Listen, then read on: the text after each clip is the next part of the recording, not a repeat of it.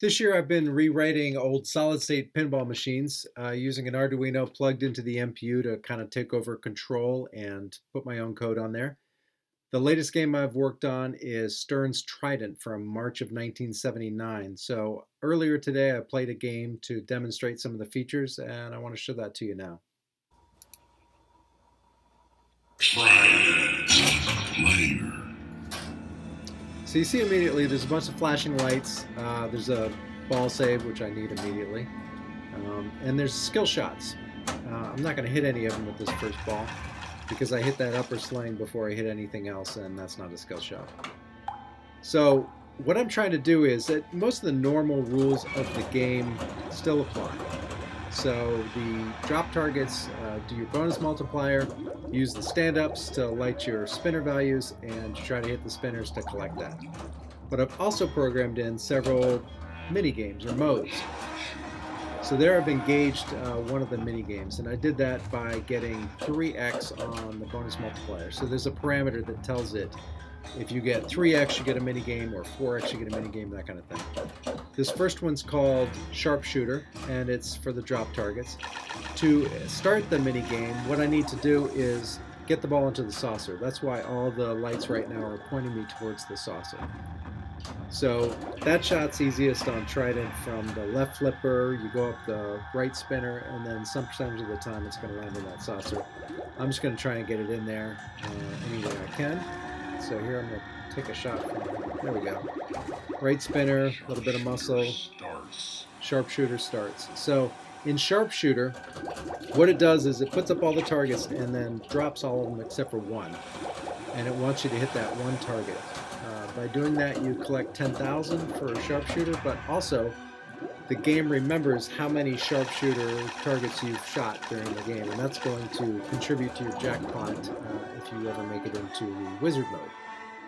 So I'm trying to collect as many of the sharpshooter targets as I can, and I'm also trying to make it to the end of the timer. If you finish the mode, meaning you use up all the time that's currently on the displays there, as I just did. Didn't I? I think I did. Then what happens is you collect an additional bonus for each target that you hit. So I did. I finished the mode there, but I qualified immediately a second mode, and so that's what I'm going to work on next. The next mode here that I'm going to show you is involves the spinners, and in order to get it, you have to alternate the spinners. So when I just hit the right spinner there, you saw the left spinner is now lit up with circular lights. So if I get the left spinner, then I can alternate back to the right. So the other thing I could do is hit the right spinner again to reset the timer. So instead of letting it time out the alternating spinners, I hit the right spinner just then to get my timer going again. Now I'm going to try to do a fancier shot to get the left spinner. So there's two. Now I need to do both again. So I got to get right and left again. So I'm going to reset the timer, get a little bit more time to work on this, and try for the right. Didn't get it. Qualified sharpshooter again, which brings up a point. If I got the spinners, I have to do right and left again. I could actually stack two mini games, two modes at a time. The good part about doing that is you get double playfield, or double all your rewards during that during a stacked mini game. So if I could, I would get the left spinner again and then start the mode. Didn't do it. So I'm gonna go again. I've got extra balls turned on. I've got some of the parameters set to easy for this demonstration. So you're going to see that, like, for instance, I had the ball save there set to 20 seconds. Pretty generous. I got an extra ball at 360 and 520. I think that was on the card when I got the machine, so I just set that up. So there's my left spinner.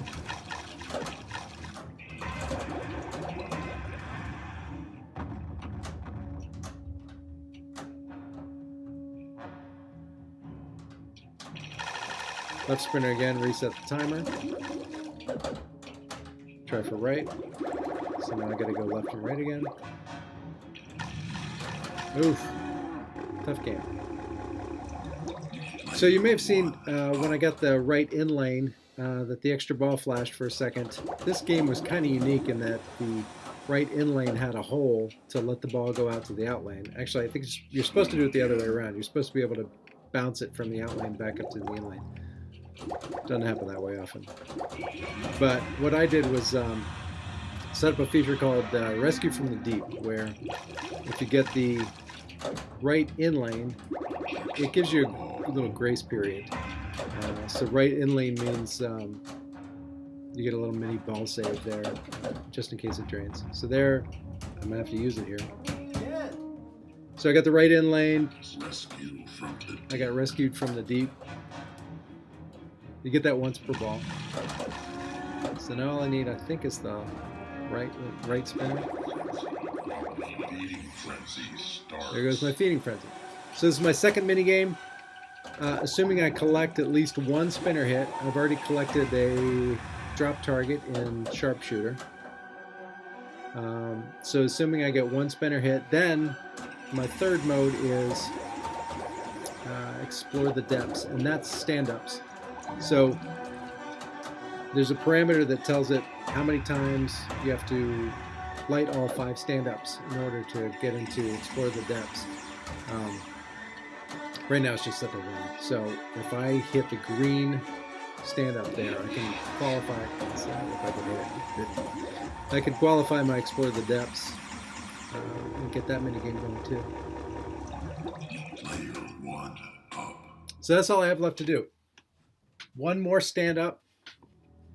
Finish the mode out, meaning, complete the timer on my explore the depths. And I would get into the wizard mode, which is called Deep Blue Sea. So if you have ball save and rescue from the deep lit, by the way, it just uses the ball save because rescue from the deep is more valuable for later. Yep. It was unfortunate. Yep, so that's the game. Maybe I'll make a video later that will show you the wizard mode, get all the way through to Deep Blue Sea. Wasn't in the cards for today's video, but I wanted to give you a look at some of the features so you could see. You can build this modification board for your Stern Trident. The parts are less than 20 bucks. If you want to do the digital sound, you'll have to get Wave Trigger or some other solution. I programmed this game for a Wave Trigger, and I threw a soundbar on top of it, and that's pretty good sound. It will also use the built-in SB100, but I prefer the digital sounds, but that's an extra expense. If you just want to get started with it, you can get an Arduino Nano, build your own board for less than 20 bucks, plug it in, and it will dual boot between old code and new code if you put a little physical switch on there. So that's the project. I'll put links down in the description in case you want to try your own. Other people have done it with other versions I've done of Stars and Blackjack, and got more games coming. So stay tuned for more videos, more games.